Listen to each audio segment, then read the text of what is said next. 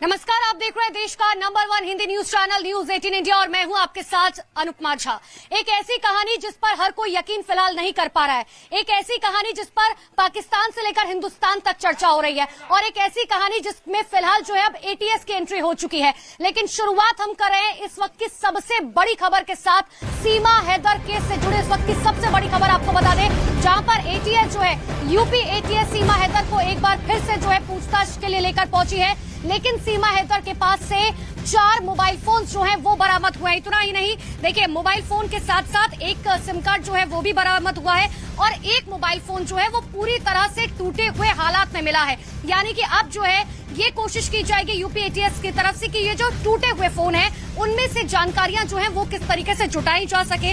आप ये समझिए, दावा ये किया जा रहा है कि सीमा से जो मोबाइल फोन बरामद हुए हैं उनका डेटा जो है वो पूरी तरह से पहले से ही डिलीट किया जा चुका है। यानी कि डेटा डिलीट करने के बाद अब ये कोशिश की जाएगी कि डेटा को किस तरीके से रिट्रीव जो है वो किया जाए और नोएडा पुलिस जो है वो डेटा को रिकवर करने में लगातार जुटी हुई है। तो आप ऐसे में समझिए कि अब लगातार पुलिस के सामने ये चुनौती है कि वो जो मोबाइल फोन मिले, यानी कि 4 मोबाइल फोन मिले जिसमें से एक जो है पूरी तरह से डैमेज है, अब उस मोबाइल फोन को रिकवर करने के लिए जो है कोशिश ये की जा रही है यूपी एटीएस की तरफ से कि पूछताछ के बाद जो है उन तमाम डेटा को रिट्रीव किया जा सके। लेकिन देखिए सीमा हैदर के घर के बाहर जो है हम मौजूद है, हालांकि अभी जो है सीमा या फिर सचिन जो है वो घर पर मौजूद नहीं है। कल देर रात से सचिन जो है वो घर नहीं पहुंचा है क्योंकि कल एटीएस जो है वो लेकर गई थी सचिन को, लेकिन उसके बाद से देर रात से जो है वो यहाँ पर नहीं आया। हालांकि कल सीमा घर वापस आई थी, लेकिन सुबह सवेरे एक बार फिर से जो है यूपी एटीएस जो है वो सीमा को यहाँ से जो है वो लेकर जा चुकी है।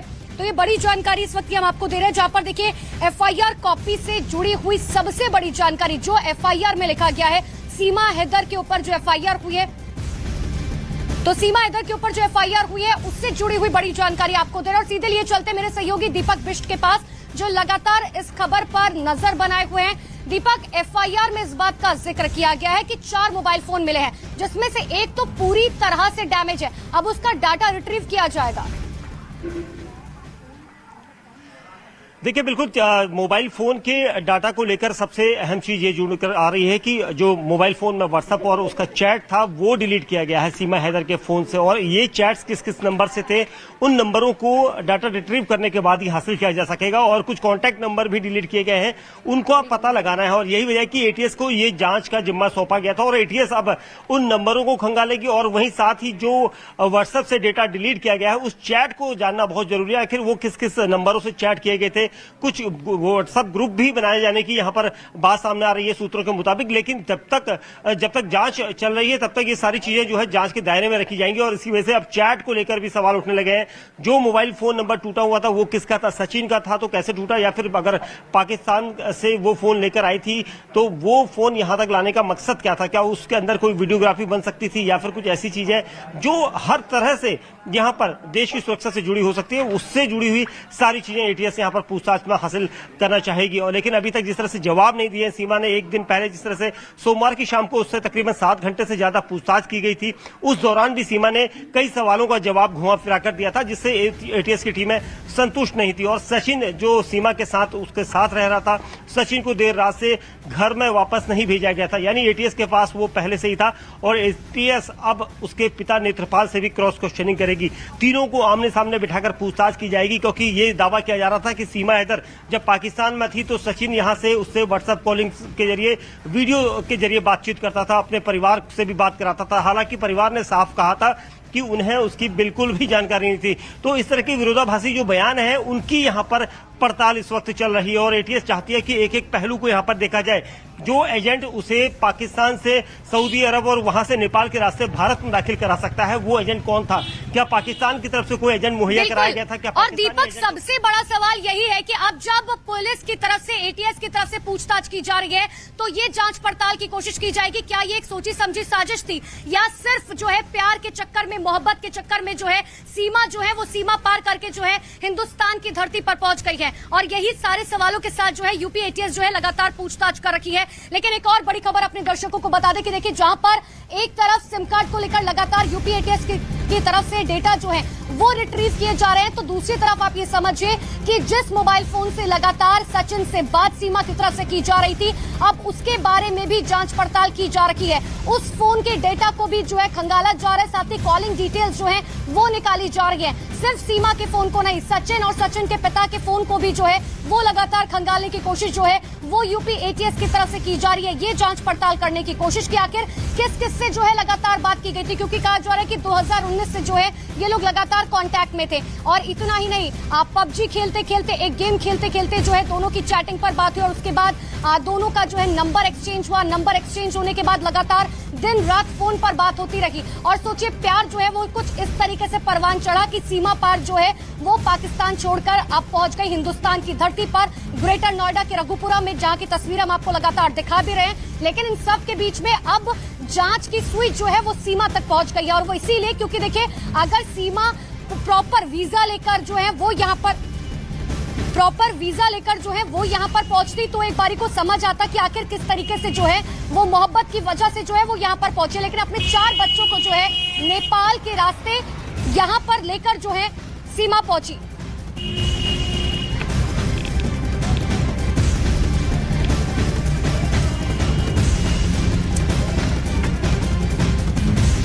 तो देखिए एक एक तस्वीर हम आपको लगातार दिखा रहे हैं। सबसे बड़ी जानकारी सीमा हैदर से जुड़ी हुई, जहां पर एक और बड़ी जानकारी आपको दे दें कि अब जो है यूपी एटीएस की तरफ से लगातार जो है दूसरे दिन पूछताछ सीमा हैदर से की जा रही है। और ये घर देखिए, हम आपको सीमा हैदर का घर भी दिखा रहे हैं। यही वो घर है जहां पर सीमा हैदर जो है वो सचिन से मुलाकात करने के लिए पहुंची। लेकिन आप ऐसे में समझिए आज दूसरा दिन है जब सीमा हैदर से जो है पूछताछ की जा रही है।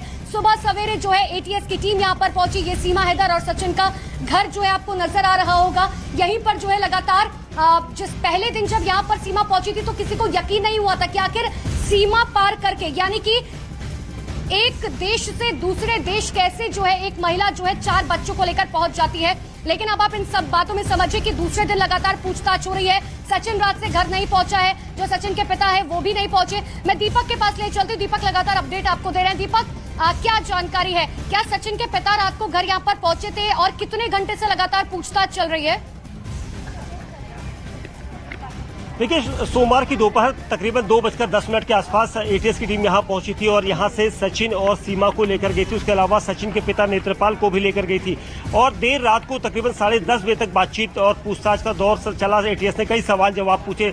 7 घंटे की पूछताछ के बाद भी सीमा हैदर और उसके परिवार के लोगों से, यानी सचिन और सचिन के पिता से पूछताछ हुई थी, लेकिन कोई ऐसा जवाब जिसे वो तलाशना चाहती थी वो पूरा नहीं हुआ। जिसके बाद आज सुबह एक बार फिर सीमा और उसके पिता सचिन के पिता नेत्रपाल को पुलिस लेकर गई है, क्योंकि सचिन अभी भी एटीएस की कस्टडी में माना जा सकता है, वहीं पर है। और अब दोबारा पूछताछ का सिलसिला इसलिए शुरू किया गया है क्योंकि कई ऐसे सबूत जो दस्तावेज सीमा हैदर अपने साथ पाकिस्तान से लेकर आई है, उसकी यहाँ लाने की वजह क्या है।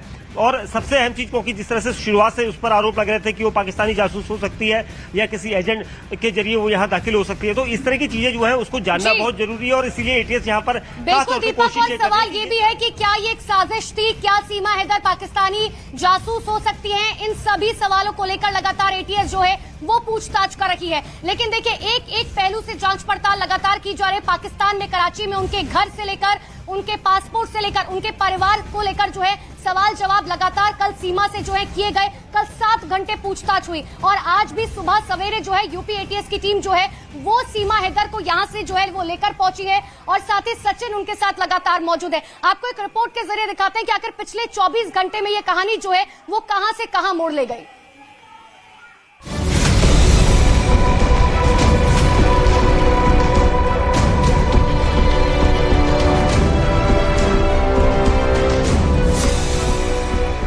पाकिस्तान की सरहद पार कर भारत आई सीमा हैदर और सचिन की लव स्टोरी में जासूसी का एंगल जुड़ चुका है। पबजी के जरिए प्यार और उस प्यार के खातिर भारत तक का सफर सीमा ने बिना किसी डर के तय कर दिया। ये बात खुफिया एजेंसियों के गले से नीचे नहीं उतर रही थी कि इस बीच खुफिया एजेंसी को जानकारी मिली कि सीमा हैदर के परिवार का सदस्य पाकिस्तानी सेना में है, जिसे सुनकर उनका शक और मजबूत हो गया।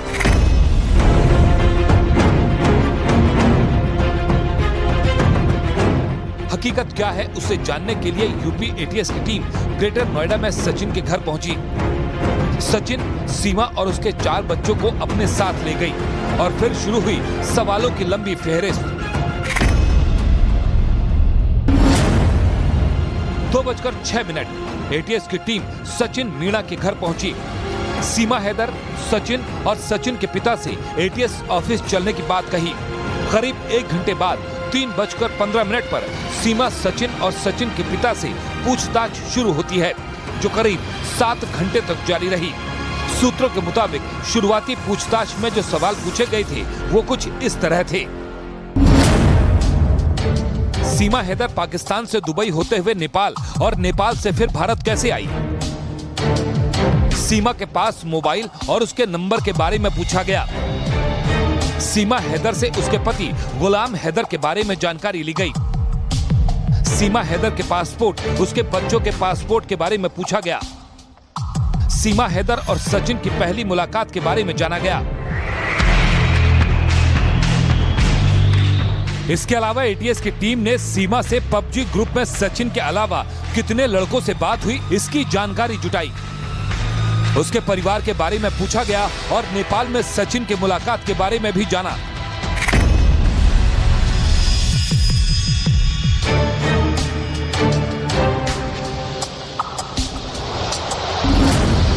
कि सचिन और सीमा नेपाल में 7 दिन रहे, उस दौरान वो नेपाल में कहां-कहां गए और किस-किस से मिले।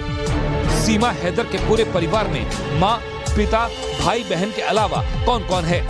सीमा के भारत आने के पीछे मकसद क्या सिर्फ सचिन से प्यार है? सीमा के भारत आने के पीछे दूसरी वजह क्या है? कराची की रहने वाली सीमा हैदर शादीशुदा है और उसके 4 बच्चे हैं। सीमा दक्षिणी पाकिस्तान के खैरपुर में रिंद हजानो गांव की रहने वाली हैं। इसके अलावा वो पाकिस्तान के दूसरे इलाकों में भी रही, तो उससे जुड़े सवाल भी पूछे गए।